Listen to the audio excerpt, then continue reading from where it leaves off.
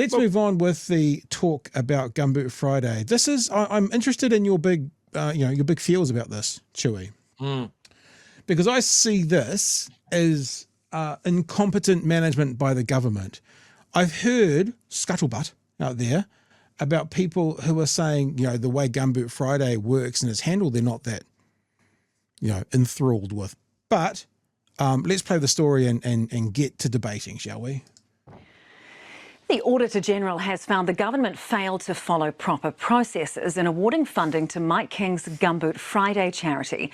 The mental health service that provides free counselling to youth was given a $24 million government contract based on coalition commitments. But the Auditor General says that's not justification for excluding other providers from bidding for a contract. Here's senior political correspondent Jenna Lynch.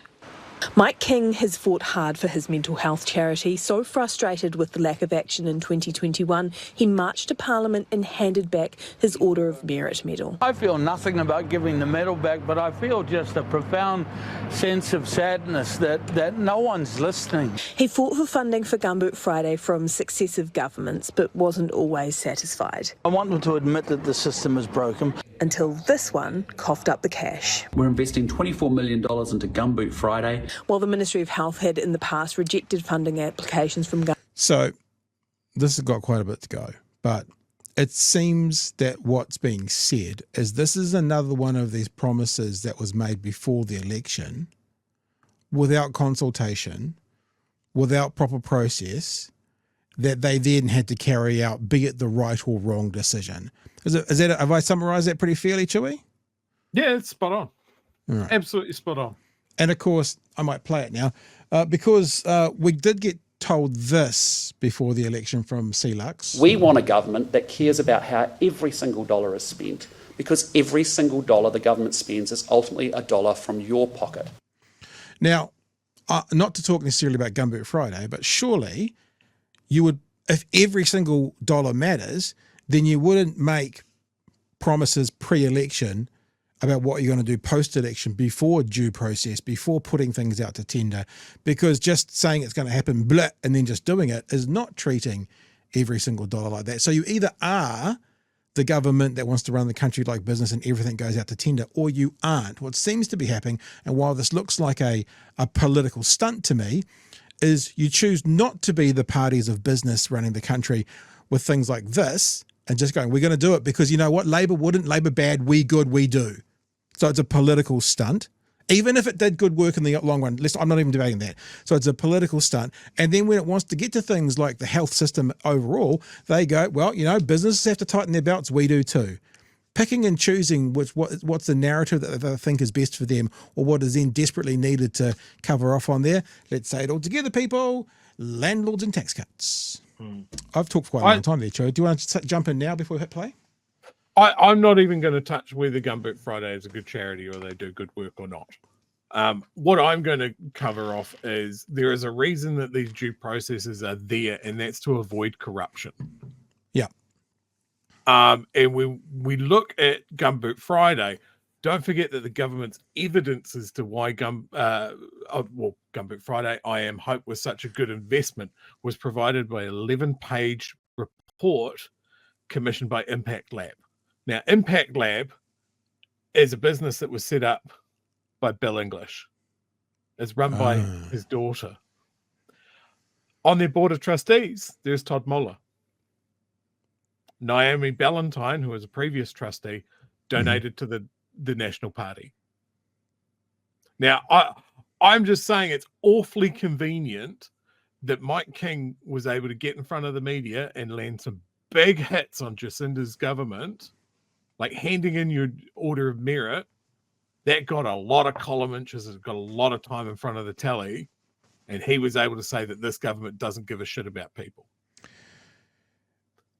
You go through their financial statements on the charity register, their donations skyrocketed from $591,000 in 2018 to over $9 million in 2023. So it's kind of the equivalent of the bakery that won't bake a cake for a gay couple, and then they get forced to by the lefties in America. Then all the right wingers come out and start buying cake from that bakery just to help them out. Now it's got that kind of vibe to it. I have huge issues with someone. Maybe it's a good charity. Maybe it's efficient with its money, but the proof that they're using to say that it is a good charity and they are effective and they are good with their money, we talk a lot about conflicts of interest, and this seems to be a conflict of interest. All right. How many other organizations that do similar work that weren't jumping up and down in front of the media could have used a slice of that pie?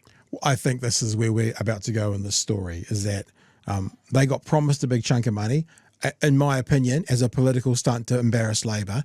And because of that promise, the coffers were left bare for other charities who were doing this kind of work, and they're now no longer there. Let's keep going. Gumboot Friday, as they had not complied with procurement processes. The promise was... let's just go back, because this is actually why they'd been turned down from the other government. Actually nothing to do with Labor bad. Is like basically Gumboot Friday didn't do what they needed to do. Like, you apply for a home loan. There's a bunch of stuff you got to do and fulfill and get through, and then you hand it in to see whatever their list of things to do was. They didn't do it, so they didn't get approved. It's kind of as simple as that. So it seems that it was sort of on them. $4 million into Gumboot Friday. While the Ministry of Health had in the past rejected funding applications from Gumboot Friday as they had not complied with procurement processes, the promise was inked into the coalition deals, and so it was. So in other words, forget Gumboot Friday. You've got a group who wants a bunch of money, who hasn't done the right paperwork or proved themselves worthy of receiving that money. So one group says you can't have it. Then you get Jimmy Big Nuts come along and go, I'll give you the money. And then they have to give you the money, even if your processes and practices aren't up to scratch. And maybe that's what they're finding out now. Again, I genuinely don't want to talk down Gumboot Friday, because it seems to me that actually National has used this for a political stunt, and this is what's backfiring on them. Very grateful for your inputs. But the Auditor General says the coalition commitment does not equal proper process. In a letter to the Director General of Health, he says several aspects of the funding were unusual and inconsistent with principles of transparency, accountability and value for money, saying the selection of the supplier and the amount of funding was decided without an open and transparent process. The funding was to a specific supplier rather than to a broad policy initiative, and the limited analysis was done only after the decision to provide funding to the supplier had been made. So using my analogy, so they said, yep, we'll give you the mortgage, no problems, go buy your house. And then after they'd said yep and handed the money over, they went, could you just come back and fill out this paperwork? Because we just want to make sure that it all works still, but you've already bought your house. The process is there for a reason, which is to make things fair and accountable and contestable, and to ensure that the public gets value for money. And so when winners are pre-picked and the decision is pre-cooked, it's really bad for outcomes, for health outcomes, and it's really bad for democracy. The Mental Health Minister was not available for an interview, but in a statement blamed officials. He was having a mental health day. We can say that, I'm not taking the piss. Still took a break today.